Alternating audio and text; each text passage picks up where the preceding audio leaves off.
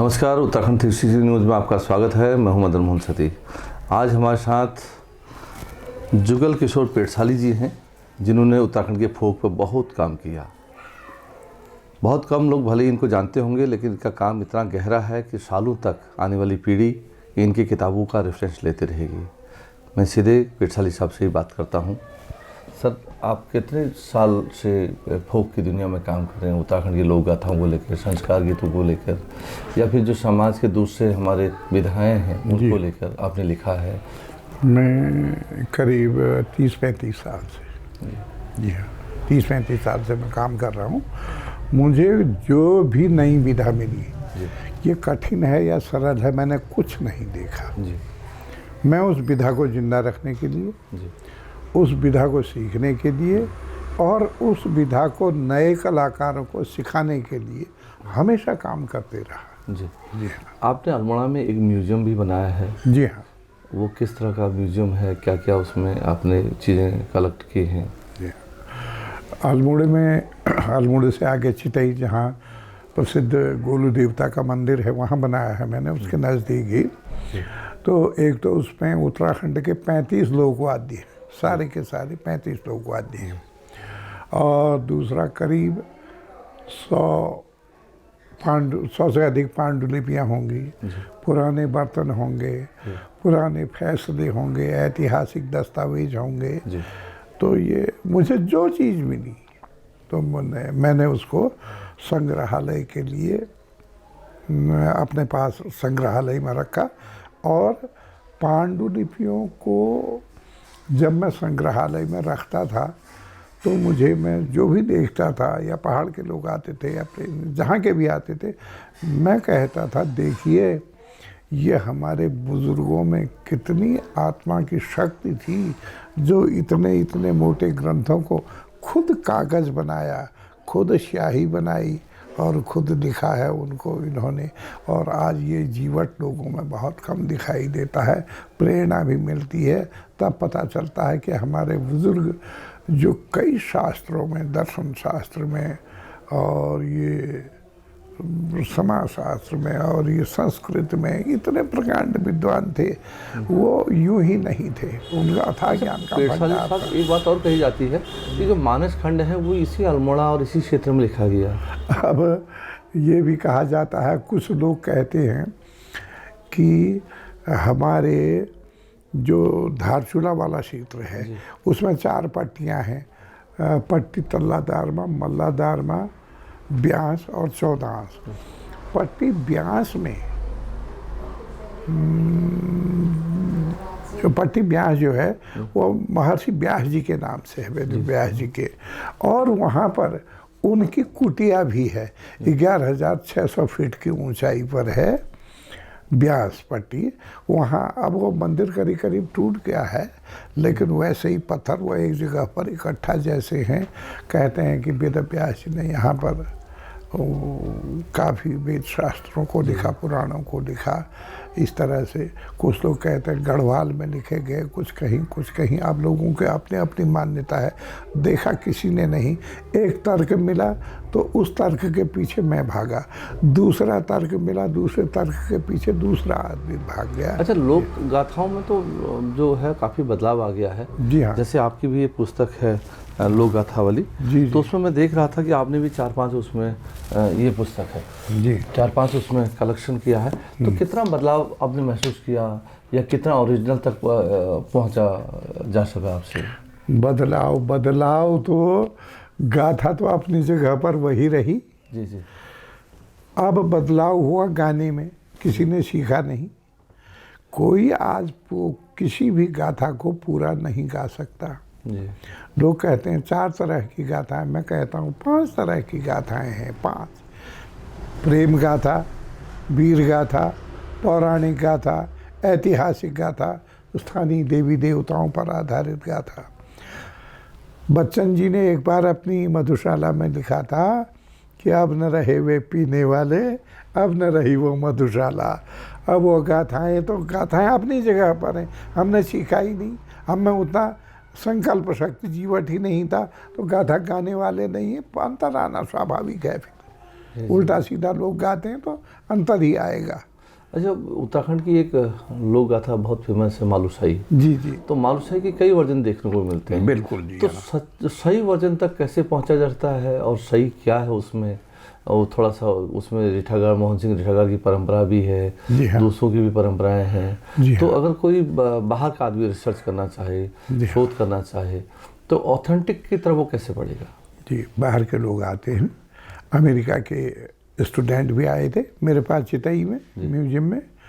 तो उसमें जिन जिन लोगों ने किताबें लिखी हैं, उदाहरण के लिए आपने कुछ देर पहले पुतुलाल शुक्ल जी का नाम लिया, उन्होंने भी लिखा, मैंने भी लिखा, मोहन सिंह जी ने गाया, मोहन उप्रेती जी ने मालूशाही नाम से किताब लिखी, और सबसे पहली किताब इसमें रानीखेत के राजा मालशाही विनोद, अभी नाम याद आ जाएगा आप, उन्होंने लिखी है, बहुत सरल हिंदी में।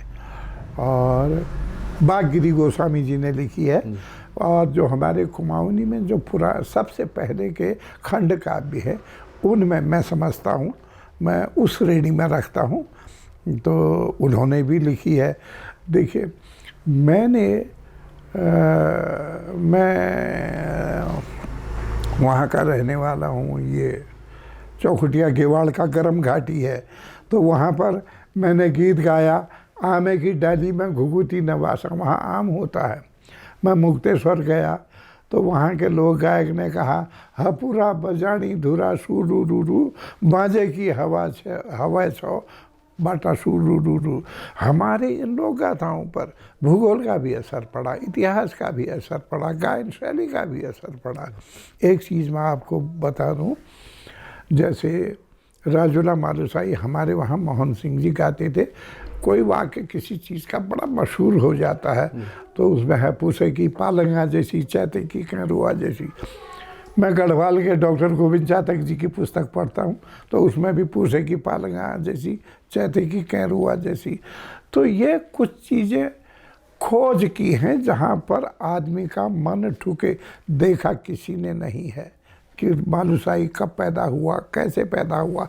एक सामान्य सी घटना है, राजकुमार था, ये सुनपति शौक की लड़की थी, दोनों बागेश्वर में गए, लेकिन उस पर भी कोई लोग कहते हैं कि बागेश्वर में दोनों का गर्भ गंधाक्षत हुआ, वचनदान हुआ, तुम्हारा लड़का मेरी लड़की हो जाएगी तो हम इनको ब्याह के बंधन में बांधेंगे। तो ये यहाँ पर भी कहते हैं, हरिद्वार में भी कहते हैं, दोनों रानियों की बात हुई करके, तो हम बागेश्वर भी मानते हैं। तो ऐसा कुछ नहीं है। जिसने मैंने बताया ना, वो आमे की डाली लिखेगा, उसके वहाँ आम होता है, वो बांज की डाली लिखेगा क्योंकि उसके वहाँ बांज होता है। तो इसमें कई चीज़ों का असर पड़ता है। एक बात और है जी, उत्तराखंड में गोलजू को सबसे ज़्यादा पूजा जाता है, लंबी टेरिटरी उनकी है जी। तो उसमें भी हम देखते हैं लोक गाथाओं में उन्हें हल राय, काल राय, जी जी, उनके पुत्र पौत्र के रूप में माना गया। जबकि राहुल शंकरत्यायन कहते हैं कि वो प्राचीन देवता है, बिहार में भी उनको पूजा जाता है। तो आपने जो काम किया है, आपने भी एक पुस्तक लिखी है, उसमें काम है आपका, तो आपकी पुस्तक में आप राहुल शंकरत्यायन के करीब हैं, तो किस तरह से आप इसको देखते हैं? धन्यवाद। मैंने तो किसी और ध्यान नहीं दिया, भगवान की कृपा हुई। मैंने इस गाथा को शिव पुराण रुद्र संहिता पार्वती खंड से लिया। एक जहाँ पर ये शिव पुराण रुद्र संहिता पार्वती खंड समाप्त हुआ, वहाँ से आगे फिर ब्रह्म वैवर्त पुराण कृष्ण जन्म खंड हुआ, तो दोनों का तारतम्य बना, तो मैंने अपने मन से वो लिख दिया। और राहुल शंकरत्यायन जी तो महान प्रकांड विद्वान थे, उन्होंने जो लिखा होगा मैं समझता हूँ वो सच के करीब होगा। और जो दूसरी गाथा है जिसको हम अपने घर में गोलजू का अवतार कराते हैं, तो जो हमारे वहाँ का जगरिया उस अवतार को कराता है, तो उसकी अपनी जो एक तरह से नॉलेज कह लीजिए, उसकी अपनी जो विचारधारा है, जो उसने सुना है, जिससे सीखा है, उनसे सुना है, वो उसी गाथा को वो करेगा। उसी का वर्णन करेगा। अब उस तरह की गाथाएं भी गाने वाले लोग बहुत कम हैं। कृष्ण ने द्वापर युग के अंत में उनको एक अवतारी देवता के रूप में गढ़ी चंपावत में प्रतिष्ठित किया और ये वरदान दिया, जिस तरह से तुमने मेरे पुत्र प्रद्युम्न की सुरक्षा की है, प्रद्युम्न की रक्षा की है, इसी तरह से तुम संपूर्ण उत्तराखंड की रक्षा करोगे। तुम यहाँ के वरदानी देवता होगे।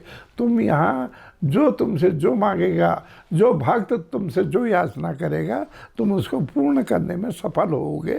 तो कृष्ण ने उनको देवता के रूप में प्रतिष्ठित किया। लोकगीतों में कितना बदलाव आया है पिछले 20-30 सालों में बदलते माहौल परिवेश में? लोकगीतों में लोकगीतों में बहुत बड़ा बदलाव आया है।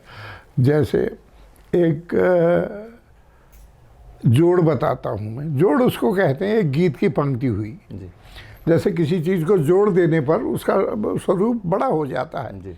8 में 7 जोड़ दिया 15 हो गया, अन्यथा 8 8 की जगह पर है, जोड़ जोड़ की जगह पर है, 7 7 की जगह पर है। बदलाव तो इतना आया है कि मैं आपको बताऊं, पुरानी जो विधाएं थी वो समाप्त हो गई हैं, वो किसी को मालूम नहीं होगी।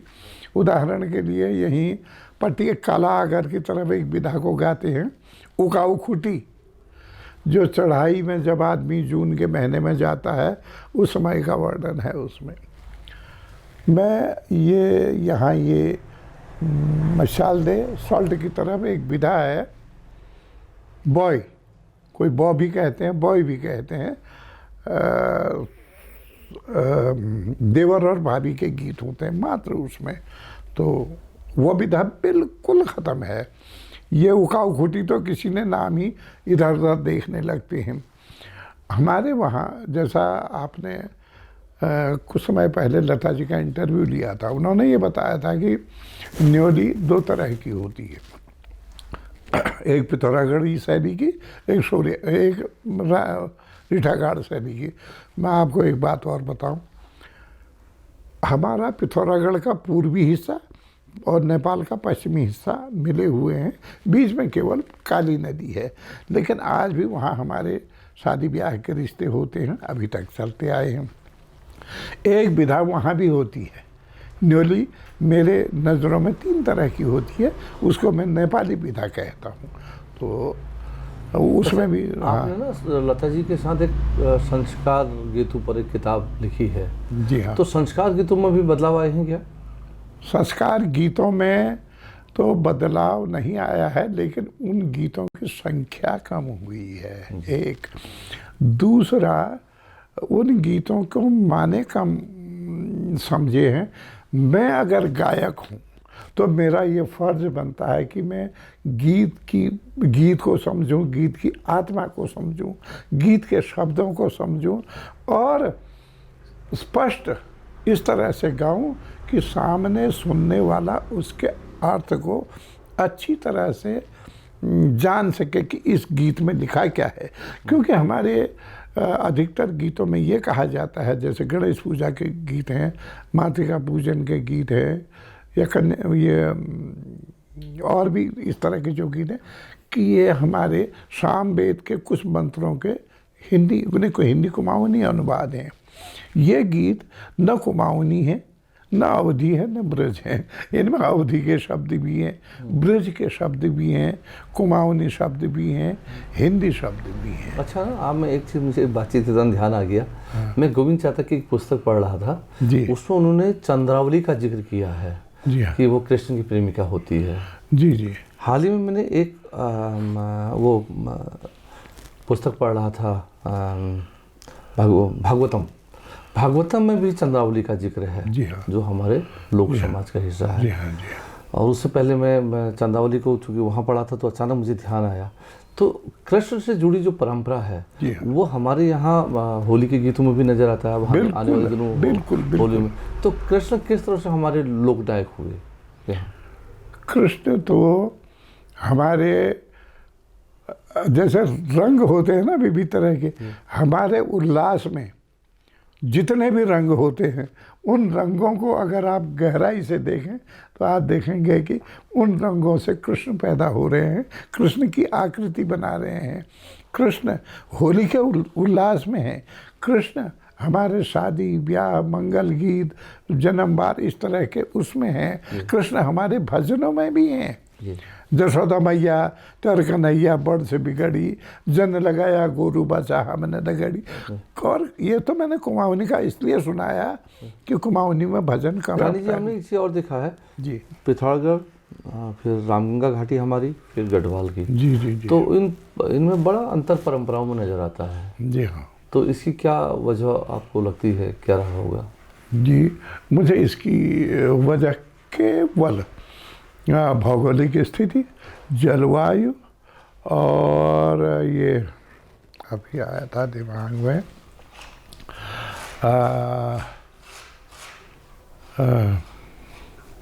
एक तो भौगोलिक परिस्थिति और दूसरा ये हिमालय वहाँ भी है, हिमालय यहाँ भी है। तो यहाँ पर हम जो इधर से हमारे साथ नेपाल आता है, हमारे नेपाल की परंपराएं भी हमारे साथ मिली। उधर से हमारे वहाँ तिब्बती लोग आते थे, उनको तो हमने खुद देखा है। तो उनकी परंपराएं, वो भी अपने आदमी जहाँ भी जाता है अपनी परंपराओं को लेकर के जाता है। तो कुछ चीज़ों में फ़र्क आना स्वाभाविक है, क्योंकि ये कहा जाता है कुंड कुंड पानी, मुंड मुंड बाणी। हर कुंड का पानी अलग, हर मुंड की बाणी अलग, और दो कोस में भाषा बदल जाती है। ये होता है, सो होता है। तो कई लोगों ने जिसने जैसे लेनी चाहिए उसको वैसी मत उछाला। जी हाँ, धन्यवाद पिठानी साहब, आपसे मुलाकात करके अच्छा लगा। Thank you.